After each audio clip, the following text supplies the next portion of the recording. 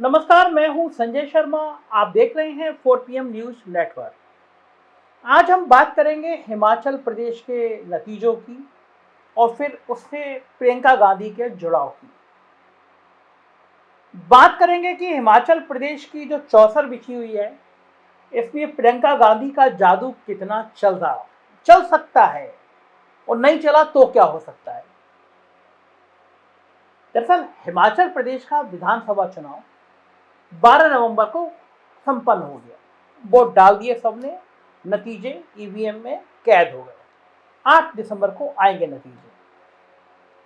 नतीजों से पहले ही मुख्यमंत्री जयराम ठाकुर जी का एक स्टेटमेंट बहुत वायरल हो रहा है।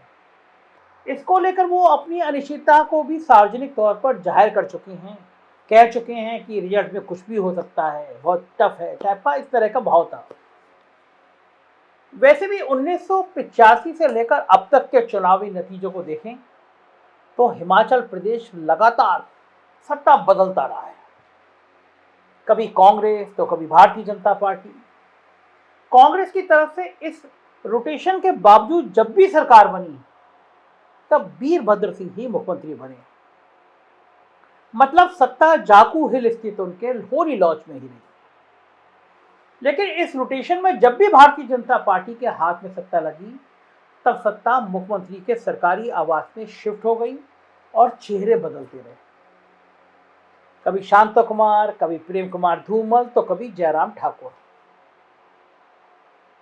पर हिमाचल प्रदेश राज्य के गठन के बाद से लेकर अब तक ये पहला चुनाव है जिसमें वीरभद्र सिंह नहीं है। निधन हो गया, उनकी स्मृति शेष है। लिहाजा कांग्रेस को इस बार होली लॉज के साथ साथ दिल्ली दरबार के सहयोग की भी सख्त जरूरत थी। मैं आपको पहले का एक दौर याद कराता हूं, 2012 का दौर, जब 10 जनपद यानी कांग्रेस का गढ़ वीरभद्र सिंह को किनारे करके हिमाचल प्रदेश का विधानसभा चुनाव लड़ने का मंसूबा पाल रहा था, सपने देख रहा था। उधर केंद्रीय मंत्री वीरभद्र सिंह भी मोर्चा खोले बैठे थे। उनके सरकारी आवास 22 अकबर रोड की 24 अकबर रोड, यानी 24 अकबर रोड कांग्रेस का मुख्यालय, उससे ज्यादा दूरी नहीं थी। 22 अकबर रोड में पंडाल लग गया था और हिमाचल से आकर बड़ी संख्या में राजा वीरभद्र सिंह के समर्थक जमा हो गए थे। नारेबाजी शुरू हो गई थी, पूरा पंडाल भर गया था। और वीरभद्र सिंह ने भी शरद पवार की राष्ट्रवादी कांग्रेस पार्टी में शामिल होने की घोषणा करने का मन बना लिया था। सब कार्यकर्ताओं से बात करने लगे थे। पर तभी मंजर बदल गया। इसलिए बदल गया क्योंकि 10 जनपद से संदेश आया और 10 जनपद के खिलाफ बगावत की आवाज जिंदाबाद की आवाज में तब्दील हो गई। वीरभद्र सिंह को हिमाचल प्रदेश कांग्रेस का अध्यक्ष और चुनावों में पार्टी का चेहरा बनाने की औपचारिक घोषणा कर दी गई। और इन सब के पीछे और बगावत टालने में जिस एक इंसान का नाम प्रमुखता से लिया गया, वो नाम था प्रियंका गांधी। दरअसल वो बैकरूम पॉलिटिक्स, पीछे दरवाजे की पॉलिटिक्स, यही पॉलिटिक्स मैनेजमेंट प्रियंका गांधी का था, जिसने 3 पीढ़ियों के नजदीकी रिश्तों की दुहाई देते हुए वीरभद्र को पार्टी में रोक लिया और वीरभद्र ने 6ठी बार राज्य में अपने नेतृत्व में विजय पताका फहरा दी।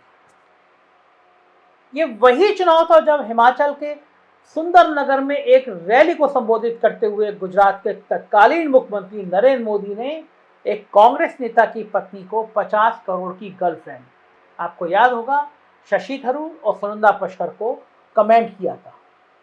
लेकिन वीरभद्र की साख और प्रियंका का भरोसा इन सारी बातों पर भारी पड़ गया और कांग्रेस चुनाव जीत गई। लेकिन 2012 से 2022 तक हिमाचल की सतलज, ब्यास, रावी और झेलम के साथ साथ चिनाब नदी में भी काफी पानी बह गया है। और अब प्रियंका गांधी की भूमिका बैकरूम पॉलिटिक्स से आगे बढ़कर फ्रंट से राजनीति करने वाले तक आ चुकी है। वो अब किसी विपक्ष नेता पर नीची राजनीति करने का आरोप, याद है ना आपको, एक बार प्रियंका गांधी ने कह दिया था मोदी जी के लिए कि वो नीची राजनीति करते हैं और मोदी जी तो पॉलिटिक्स में इतने एक्सपर्ट हैं, कोई लूज बॉल मिलेगी तो वो छक्का मारेंगे। उन्होंने तुरंत नीच जाति को नीच अपने लिए कहना शुरू कर दिया कि देखिए मैं छोटी जाति से आता हूं तो मुझे प्रियंका गांधी ने नीच जाति कहा है और लड़ाई आगे बढ़ गई। लेकिन अब प्रियंका गांधी इससे आगे निकल चुकी है।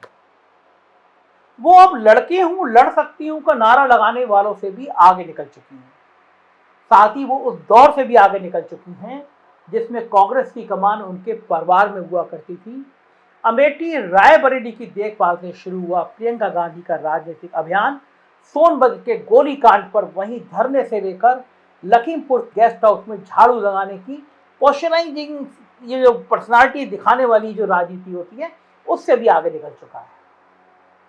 अब वो राजनीति करने के लिए किसी खास नेता या किसी के फीडबैक पर निर्भर नहीं है, बल्कि अब उनमें अपने चाचा संजय गांधी वाली वो समझदारी भी दिखती है जिसमें 1977 की करारी हार के बाद भी संजय गांधी किसी व्यक्ति की पोटेंशियल का अंदाजा उससे 10 मिनट की बातचीत में लगा लिया करते थे और इसी अंदाजे पर कभी भी चुनाव नहीं लड़े। गाजियाबाद के राजेश पायलट को भरतपुर, जम्मू के गुलाम नबी आजाद को महाराष्ट्र के वाशिम, कारपोरेट नौकरी करने वाले अरुण नेहरू को यूपी के बिल्हौर और पटना के तारिक अनवर को कटिहार चुनाव लड़ने को भेजकर उन्होंने सबको चौंका दिया था। जब नतीजा आया तो 353 लोकसभा सीटों के साथ कांग्रेस की वापसी ने सबको संजय गांधी का लोहा मनवा दिया। उत्तर प्रदेश में भी प्रियंका गांधी ने एक बड़ी लकीर खींचने की कोशिश की। हवा भी ठीक ठाक बनती दिख रही थी, लेकिन कान भरने वालों की टोली ने उस हवा पर पानी फेर दिया और कांग्रेस केवल 2.5% वोटों पर सिमट गई। मगर यूपी का यह अनुभव, ऐसा लगता है कि हिमाचल में जहां प्रियंका गांधी ने पूरी कमान संभाल ली थी, उनके बहुत कम आया। एक दो को छोड़ दें तो बाकी वो चापलूस से दूर दिखाई दी। होली लॉज और एंटी होली लॉज के बीच बटी कांग्रेस में सबके साथ उन्होंने बेहतर समन्वय स्थापित किया और जो खबरें आ रही हैं उसके मुताबिक कांग्रेस वहां कमाल करती हुई भी दिख रही है। यदि 8 दिसंबर को शिमला में कांग्रेस की बिना वीरभद्र सिंह के वापसी का नगाड़ा बजता है तो निश्चित तौर पर इसका क्रेडिट कांग्रेस के कार्यकर्ताओं के साथ प्रियंका गांधी को दी जाएगा। और साथ ही हिमाचल की सफलता प्रियंका गांधी के इस नए प्रयोग को भी मजबूती देगी, जिसमें उन्होंने यूपी के बाद कम से कम डिसीजन मेकिंग के मुद्दे पर चापलूसों और मिसगाइड करने वाले लोगों से थोड़ी दूरी बनाने की कोशिश शुरू करी है। एक नई तरीके की कांग्रेस बनाने में मल्लिकार्जुन खड़गे और राहुल गांधी के साथ वो बड़ी भूमिका निभा सके, इसके लिए वो खुद को तैयार कर रही है। वैसे भी लंबे समय से कांग्रेसियों का एक बड़ा खेमा प्रियंका लाओ कांग्रेस बचाओ का नारा लगाता रहा है। मगर फिलहाल सबकी निगाहें 8 दिसंबर और शिमला पर हैं, क्योंकि योगी आदित्यनाथ तो यूपी में शिमला बना नहीं पाए, लेकिन प्रियंका गांधी शिमला को ही शिमला बना रहने देंगी, इसका भी लिटमस टेस्ट 8 दिसंबर को हो जाएगा। और यहीं से प्रियंका गांधी का एक राजनीतिक भविष्य भी तय होगा कि कांग्रेस के अंदर उनकी कितनी हैसियत बनती है। अगर हिमाचल प्रदेश ऐतिहासिक जीत हासिल करती है कांग्रेस, तो जाहिर है प्रियंका गांधी एक बड़े नेता के रूप में स्थापित होंगी। उत्तर प्रदेश में जो डैमेज उनका हुआ था, जो उनकी पर्सनालिटी पे धब्बा लगा था, हिमाचल कहीं ना कहीं उसका धब्बे को दूर करेगा। और राहुल गांधी ने भी बहुत मदद करी है, पूरा हिमाचल प्रियंका को दे दिया, जिससे अगर जीत का सेहरा पहने तो उनकी बहन पहने, प्रियंका गांधी पहने, तो जाहिर है 8 दिसंबर को प्रियंका गांधी के राजनीतिक भविष्य का फैसला हो जाएगा। आपसे अपील है कि इस चैनल को सब्सक्राइब करिएगा। आपको लगता है कि हम सच्ची पत्रकारिता करते हैं, गोदी मीडिया नहीं है, तो दोस्तों से कहिए चैनल सब्सक्राइब करें। उत्तर प्रदेश की खबरें देखना हो तो 4 PM यूपी और बिहार की खबरें देखना हो तो 4 PM बिहार को सब्सक्राइब करिएगा। शुक्रिया।